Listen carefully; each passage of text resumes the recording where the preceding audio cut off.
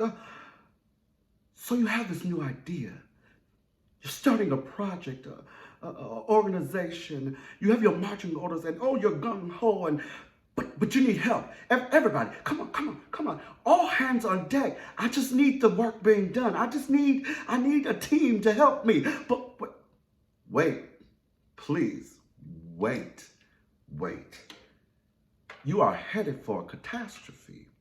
Did you know that team formation is indicative of the success of your whole project, of your whole organization, of your whole goal? But not to worry. In this video, I'm going to give you 5 pointers for a successful team formation.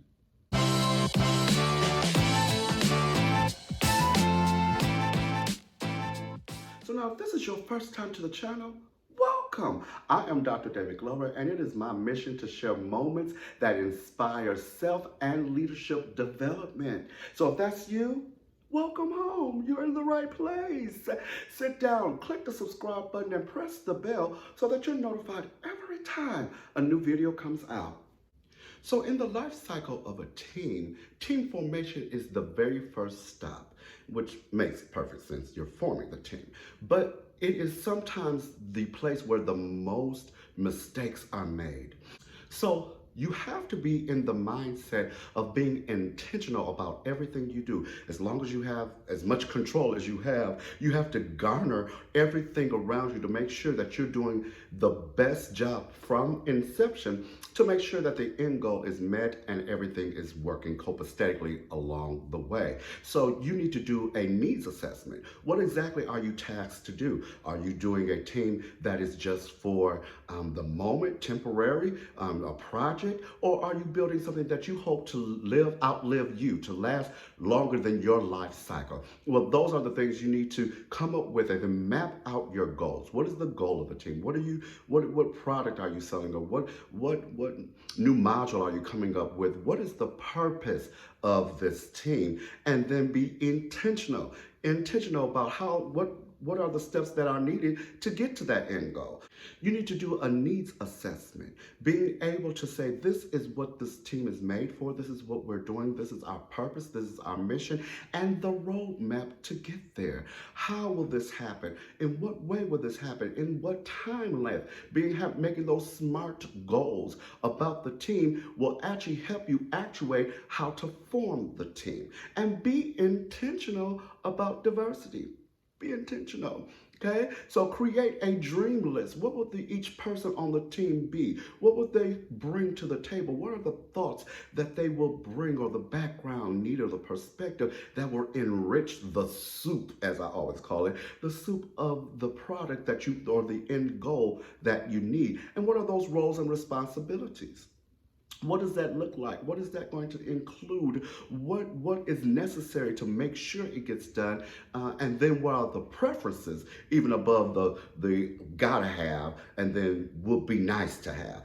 Include all of that in your packaging before the first person signs up, before you accept one person. Now, this may be difficult in the event that you are inherited a group of people, then you have to go a different way. But today, we're talking about team formation, forming that team. So if you get a team already handed to you that you didn't have a choice, or you were limited in handpicking them, then you need to go and scrub down to see what all do they have, what benefits do they have, what skill set do they have, what are their perspectives, what of their diversity and unique perspectives can we employ into making this team successful.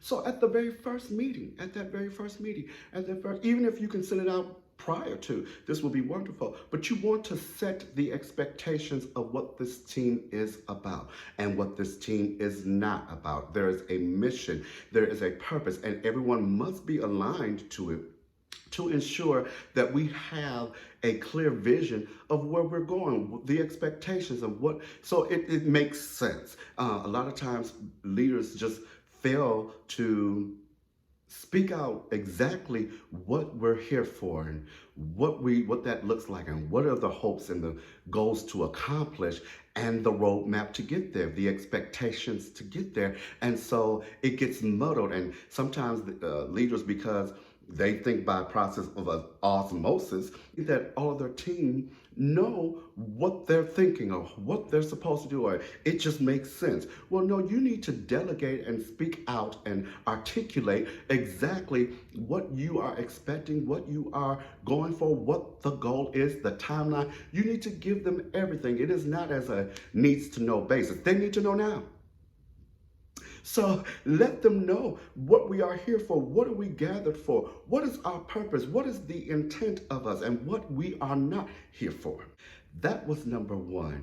Actually, it was kind of one and two. But number two specifically is from the mission, you roll out the goals. These goals are what we're expected to do, what we've been tasked to do, challenged to do, or mission statement is to do, and what that fully looks like. Now, I said it before at the beginning that once you did this before the first person even signs up, you have all these things already there, but they're subject to change. You leave them open. And now, sometimes that's not permissible if you were charged, if you're a manager and they hired you or they got you here for a certain purpose exactly, then you don't.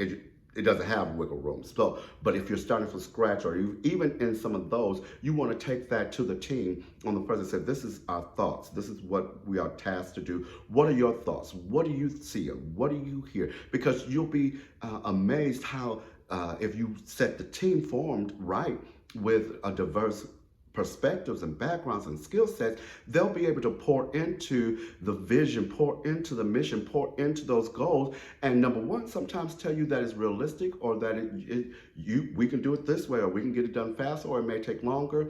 All of those different things you want to employ so to make sure that you're doing and making a judicial decision going forward, that you're not blindsided by things that could have been avoided had you did a full assessment at the beginning of what everybody thought, of what their buy-in, because when you ask them their opinion, when you value their words and their voice, it helps them have more loyalty to the team. It helps them have more loyalty to you. They feel more safe and more trusting of you. So once you nurture that, once you build on that rapport to each of the team members, starting from the infancy, it will only help you engage further and get there quicker and have least amount of resistance while going through some challenging times.